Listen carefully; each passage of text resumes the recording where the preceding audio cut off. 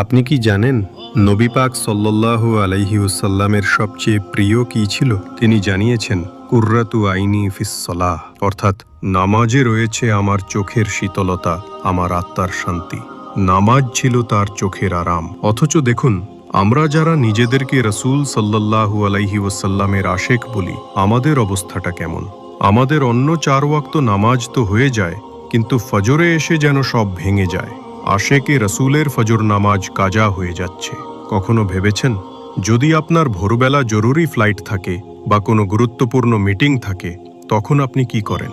ভাই, খুব জরুরি মিটিং থাকলে একজন মানুষ ঠিকই ভোর 6টার জন্য অ্যালার্ম দেবে, এমনকি 2জন বন্ধুকেও বলে রাখবে তাকে ডেকে দেওয়ার জন্য। যেদিন ফ্লাইট থাকে সেদিন তো উত্তেজনায় রাতেই ঘুম আসে না।